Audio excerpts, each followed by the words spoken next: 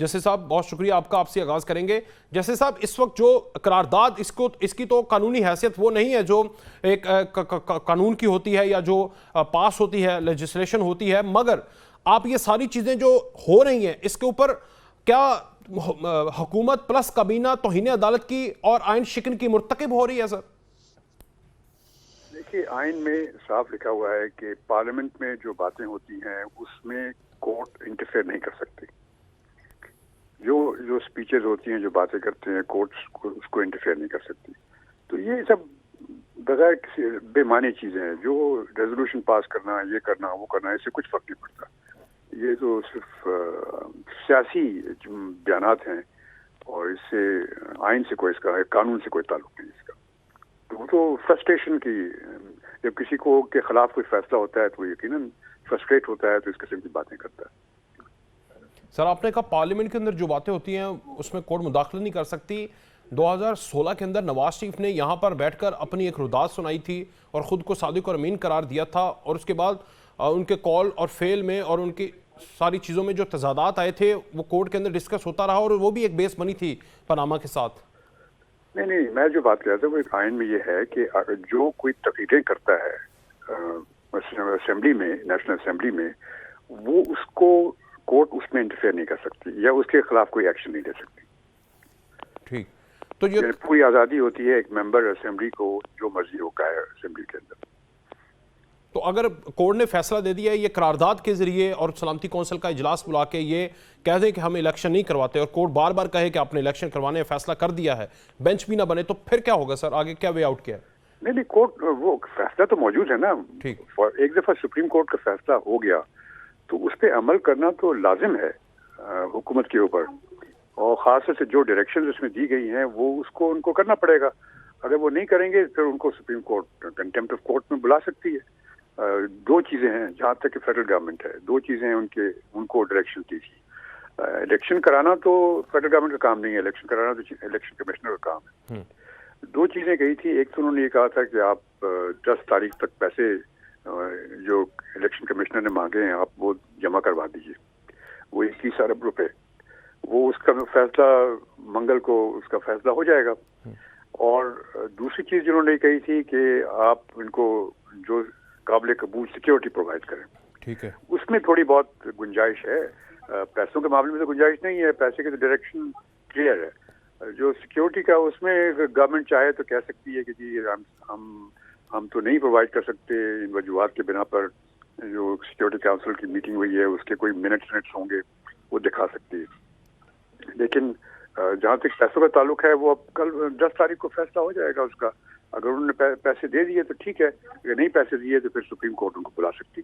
Supreme court हुकूमत को बुलाएगी, election commission का तो इसमें कोई काम नहीं। और हुकूमत क्या क्या वे आउट कर सकती है सर इस सारे मरहले से बचने के लिए कि हमने इलेक्शन नहीं करवाने? क्या क्या वो कानूनी शिकें हैं जिसके ऊपर वो बच सकती है या कोई रास्ता नहीं है? उनके पास एक ही है तरीका है, वो है रिव्यू फाइल करने का। वो ये कर नहीं रहे हैं।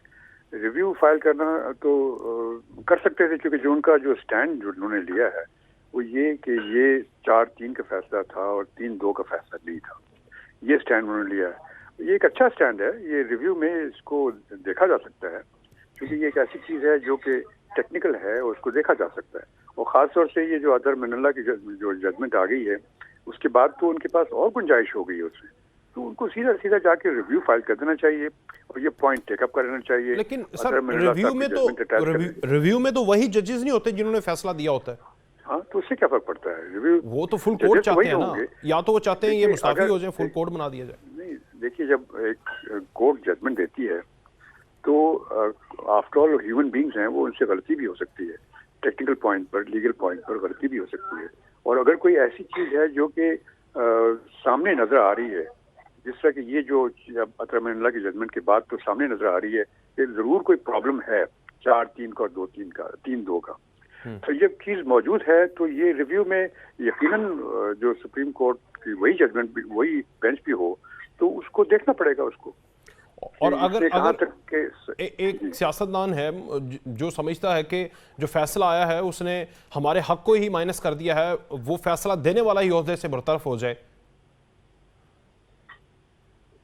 नहीं, वो तो नहीं हो सकता ना। ये तो आप नहीं कह सकते अगर एक कोर्ट ने कोई फैसला आपके खिलाफ कर दिया तो आप कहें ये जज की छुट्टी करा दो।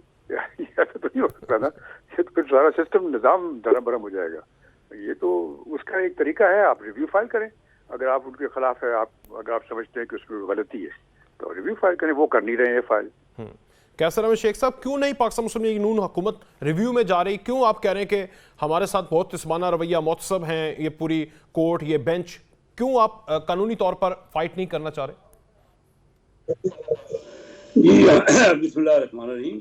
हमारा तो बड़ा पूरी असेंबली का ऑलमोस्ट यूनानिमस 2 मेंबर थे जिन्होंने ना किया, बाकी तो सारी की सारी असेंबली ने यूनानिमस ये करारदाद पास की। हमारा तो ये है कि ऑलरेडी मेजॉरिटी ऑफ जजेस ने फैसला जो दिया है वो ये दिया है कि सो मोटो जो लिया गया है वो ही नहीं लिया जाना चाहिए था। और अभी हम तो शुरू से ये कह रहे हैं कि तमाम जो जजेस हैं उनका फुल कोर्ट बनाएं, फुल कोर्ट आप बेंच बनाएं। तो इसमें तो हम उन ब्रदर्स जजेस की आपस में बात है। अब देखिए ना, आप यही जस्टिस साहब अभी कह रहे हैं 4 जजेस, एक अभी आज जो सरमनुल्लाह साहब का खिलाफी उनका अपना फैसला आ गया, पूरा फैसला दिया और 4 जजेस ने दिया कि 4 जजेस एक तरफ हैं, 3 जजेस एक तरफ हैं। तो ये तो अब ब्रदर्स जजेस को आपस में देखना है, सुप्रीम कोर्ट को देखना है।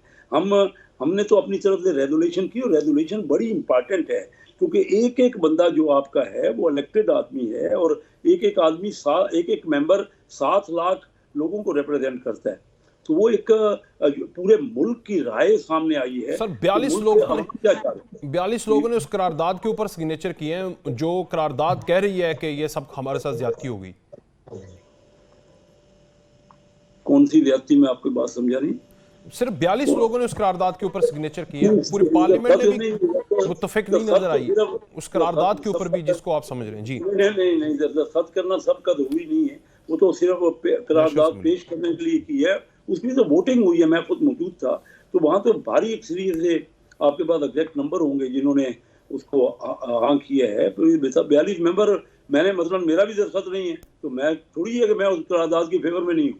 दस्तखत तो चंद लोगों से ही कराया जाता है। जब कोई रेगुलेशन आती है ना, सबका साइन करना वहाँ जरूरी नहीं होता राना साहब। तो चंद लोग साइन करते हैं, आगे वो रेगुलेशन पेश होती है, उसमें एक मिनिमम तादाद होती है जो किसी करारदाद को पेश करने के लिए सामने लाई जाती है। बाकी तो अब मुझे तो मेरे से तो किसी ने नहीं कहा तो मैं फौरी तौर पर साइन कर देता।